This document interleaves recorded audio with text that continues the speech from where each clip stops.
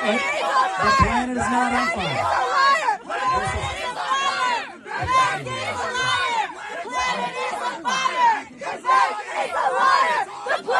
on fire! Vivek is a liar! The planet is on fire! Vivek is a liar!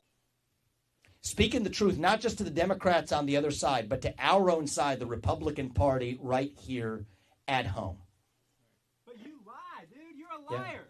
Yeah. You lie about the reality of climate change. You lie. You're lying to everybody in this room right now. Sir, we're going to make a deal. You know what we're doing? This is the beauty of the United States of America right here. You are lying. And you know what we're not going to do? I'm going to tell you, for those of you who watch the videos today, we're not going to have a security guard or police officer tackle him and escort him out of the room. Because that's not how we do things in the United States. You know what we're going to do is we're going to give, young man, you know what? You're going to have a chance to speak, but you're going to have a chance to speak after you sit down and be respectful of everybody else in this room. And I'm going to give you a chance to speak. You need to respect everybody in this room and quit lying. Thank you. Americans the truth. Shut up and ate. Tell Americans the truth. Sir, you can, I see right? Yes, welcome back. Vivek once again handled a heckler like a pro. Very smooth and fair. Completely opposite of DeSantis and Nikki Haley. Would heal or have people thrown out if they interrupt. Vivek is passionate yet cool as a cucumber. You have got to like his manner of speaking to people. He is likable. That is somebody responding to this video. Recently, I saw this widely shared on Twitter. If you remember a video I put out 5 days ago where Nikki Haley thrown out somebody they are afraid of for simply asking difficult questions. This clearly shows you the difference between Vivek and these other guys. I have seen this, in different occasions. This is not the first video. Vivek is doing this. We are going to take an exclusive look into the complete video where I'll be reacting, sharing my thought. If you have not subscribed to this channel, please endeavor to do that. And if possible, please share out this video. And the way we're going to get there is overcoming this culture of fear in our country. Fear of losing your job, fear of your kids getting a bad grade in school, fear of becoming an outcast in your own community. And that culture of fear has completely replaced our culture of free speech in the United States of America. You want to know the best measure of how our country is doing? What is the best measure of the health of American democracy? Is it the number of green pieces of paper in your bank account? The number of ballots we cast every November? These things are important, but it's not the most important thing. The best measure of our country's health is the percentage of people who feel free to say what they actually think in public. Right now, we're doing poorly. You're going to get to questions. I promise you, I'm going to get to questions. Well, part of what we said in this country is, I'm going to set an example here. There's a lot of people here who have come tonight. I'm going to finish what I'm saying. I promise you're going to get the first question tonight. Does that work for you, sir? Sure, sir. Thank you. Thank you for being here. Because I want to end on a note that before we do this, I want everybody in this room to understand this is how we get our country back, is we're going to speak the truth. And that's what this campaign is about. Speaking the truth, not just when it's easy, but when it's hard. Speaking the truth, not just to the Democrats on the other side, but to our own side, the Republican Party, right here at home. But you lie, dude. You're a liar. Yeah. You lie about the reality of climate change. You lie. You're lying to everybody in this room right now. Sir, we're going to make a deal. You know what we're doing? This is the beauty of the United States of America right here. You are lying. And you know what we're not going to do? I'm going to tell you, for those of you who watch the videos today, we're not going to have a security guard or police officer tackle him and escort him out of the room. Because that's not how we do things in the United States. You know what we're going to do is we're going to give, young man, you know what? You're going to have a chance to speak, but you're going to have a chance to speak after you sit down and be respectful of everybody else in this room. And I'm going to give you a chance to speak. You need to respect everybody in this room and quit lying. Thank you. Americans the truth. Shut up and ate. Tell Americans the truth. Sir, you can, I see right. And fossil fuels, dude. We're going to have a good discussion today. I promise you that, because I'm going to speak some. $50 million. Thank you. See, I promise you, sir.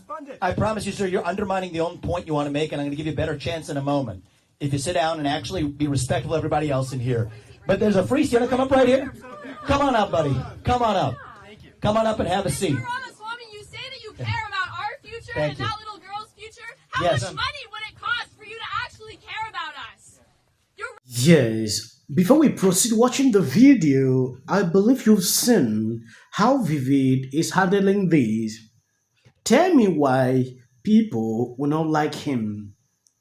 I understand a lot of people have different mindset pertaining to him, but the way he handles some of these protesters is amazing.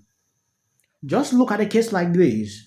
If it was Nikki Haley, police would send this person out. Yes. Like the case I saw a few days ago, that lady did not even ask a question just because they knew that Laura is fond of asking, real difficult questions. They didn't even allow her present in. Why should you want to be a president and you are afraid of answering questions? Then how will you face people? I have seen presidents, passing through difficult situations with protesters. You will not be able to handle that. Vivid will speak to you calmly, maybe sit with you on the same table, have a conversation, and then at the end, you either disagree or you agree with what he says. That is how it should be done. But one thing with climate activists, they are not ready for real conversations. Climate activists are not ready for real conversations. They just want to end conversation. They don't want to talk to any person. Whether you are intelligent or not, they just believe only on what. Your company Strive owns $50 million in fossil fuels. Because index funds of every American in this room does, and we deserve to be proud of it. That's And I not true. refuse. Your company invests- Excuse me. You're Excuse me, sir. lying to us. Excuse me, sir. This isn't productive. This isn't productive. And this is what's wrong in our country.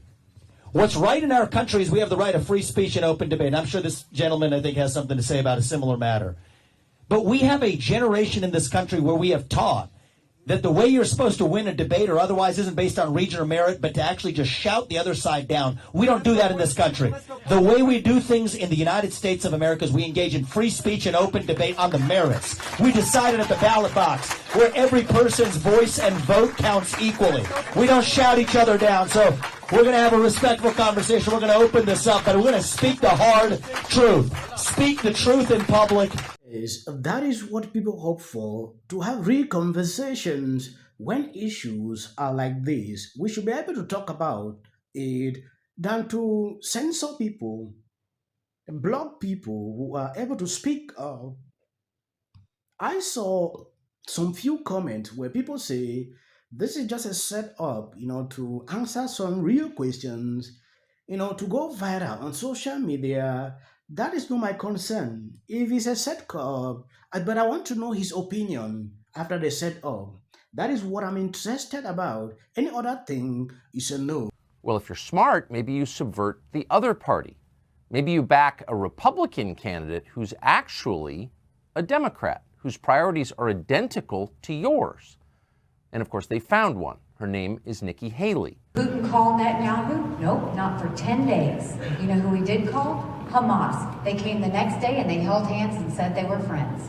We now know the Russian intelligence is what helped Hamas know how to get through that barrier.